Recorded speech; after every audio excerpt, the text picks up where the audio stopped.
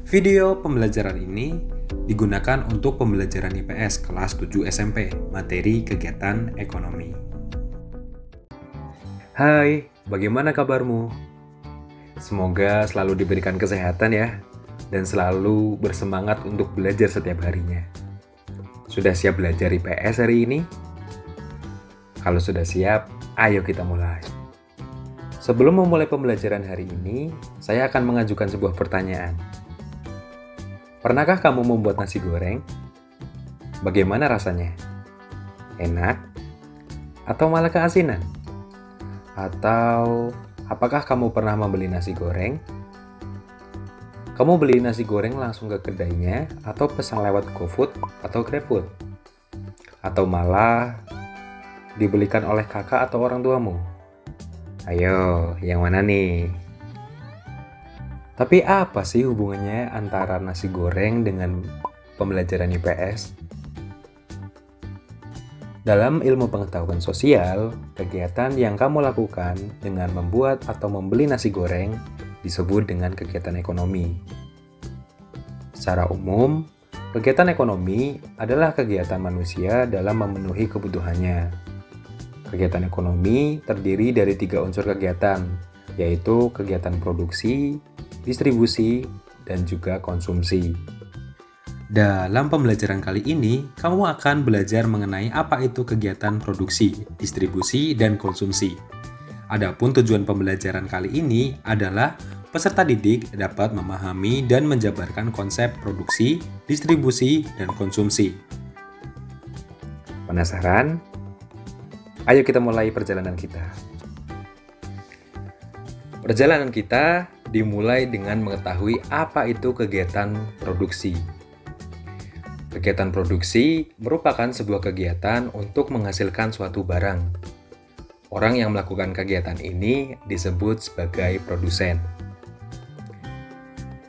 Apakah kamu pernah berpikir kapan pertama kali manusia melakukan kegiatan produksi? Jawabannya adalah ketika zaman Paleolitikum, yaitu ketika manusia purba melakukan kegiatan berburu dan meramu atau food catering. Pada zaman itu, untuk berburu, mereka membuat perkakas yang mereka temukan di alam, seperti alat-alat serpih dan tulang binatang. Sudah lama sekali ya. Seiring berkembangnya zaman, kegiatan produksi yang dilakukan oleh manusia semakin maju. Contohnya, seperti yang sudah kita singgung di awal tadi, ketika kamu membuat nasi goreng, kamu akan membutuhkan nasi terlebih dahulu yang berasal dari beras. Nah, dari mana asal beras tersebut? Betul, beras berasal dari para petani. Kegiatan petani menghasilkan beras ini disebut sebagai kegiatan produksi. Secara lebih luas, pengertian produksi dapat diartikan sebagai kegiatan menghasilkan barang atau jasa, atau kegiatan menambah nilai guna suatu barang atau jasa. Nilai guna suatu barang dapat dilihat melalui beberapa hal berikut ini, yaitu yang pertama adalah form utility, atau nilai guna bentuk. Yang kedua adalah place utility, atau nilai guna tempat. Yang ketiga adalah time utility atau nilai guna waktu. Dan yang terakhir adalah ownership utility. Apakah maksud dari keempat nilai guna tersebut? Kamu bisa menemukan jawabannya di buku siswa IPS kamu. Dan jika ada yang belum jelas, maka kamu bisa bertanya ke guru. Budayakan membaca ya. Dalam kegiatan produksi diperlukan faktor produksi dan sumber daya ekonomi. Faktor produksi terdiri dari faktor alam dan faktor tenaga kerja, atau disebut juga faktor asli. Sumber daya ekonomi terdiri dari faktor modal serta faktor kewirausahaan, atau disebut juga faktor turunan. Keempat faktor tersebutlah yang mempengaruhi keberhasilan dalam kegiatan produksi. Setelah barang atau jasa diproduksi, dalam kegiatan ekonomi, langkah selanjutnya adalah melakukan kegiatan distribusi. Apa itu kegiatan distribusi? Distribusi adalah kegiatan untuk menyalurkan barang atau jasa dari produsen kepada konsumen. Kegiatan ini dilakukan oleh perorangan atau lembaga distribusi. Lembaga atau perorangan yang melakukan kegiatan distribusi disebut sebagai distributor. Dalam melakukan kegiatan distribusi, ada beberapa cara yang dapat dilakukan, yaitu yang pertama adalah distribusi langsung. Distribusi langsung merupakan distribusi yang dilakukan tanpa melalui perantara, sehingga penyaluran langsung dari produsen kepada konsumen. Contohnya adalah ketika penjual nasi goreng menjual langsung kepada konsumennya. Yang kedua adalah distribusi semi langsung. Dalam sistem distribusi ini dilakukan melalui pedagang perantara yang merupakan bagian dari produsen. Contohnya, pabrik tekstil yang menyalurkan kainnya melalui penyalur khusus. Yang ketiga adalah distribusi tidak langsung. Distribusi tidak langsung adalah distribusi yang dilakukan melalui pedagang-pedagang perantara seperti agen, grosir, dan sebagainya.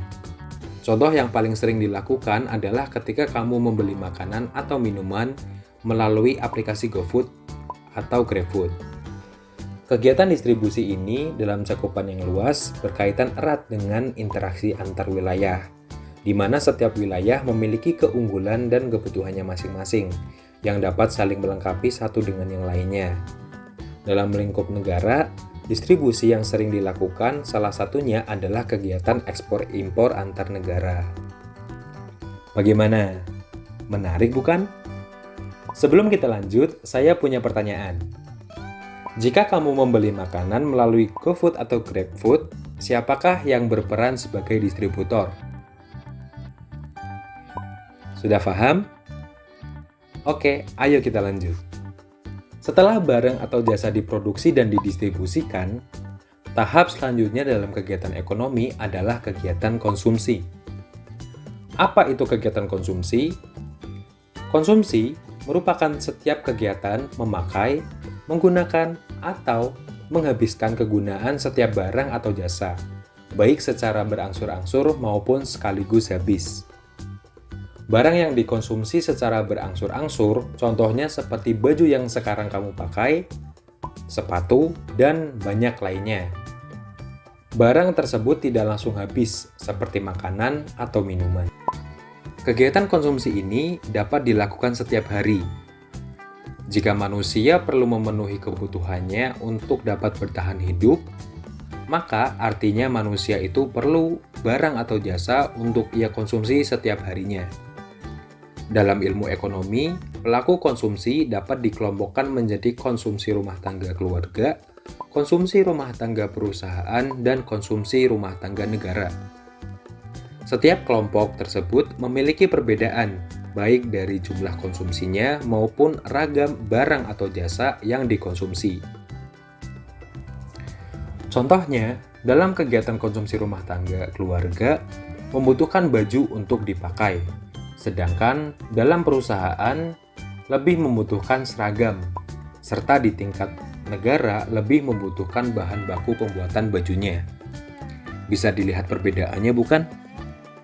Semakin besar kelompoknya, maka kebutuhan akan konsumsinya juga akan semakin besar. Setiap kelompok juga memiliki kebutuhannya sendiri, yang sangat mungkin berbeda dengan kelompok lainnya. Bagaimana pembahasan kita mengenai kegiatan ekonomi ini? Menarik bukan? Ilmu pengetahuan sosial adalah ilmu yang mempelajari mengenai hal-hal yang ada di sekitar kita. Salah satunya mengenai kegiatan ekonomi yang biasa kita temui dan tanpa sadar kita lakukan. Dari pembahasan tersebut, dapat disimpulkan jika kegiatan ekonomi merupakan sebuah kegiatan manusia dalam rangka pemenuhan kebutuhannya. Kegiatan ini terdiri dari 3 hal, yaitu produksi, distribusi, dan konsumsi. Secara garis besar, produksi merupakan kegiatan menghasilkan barang atau jasa.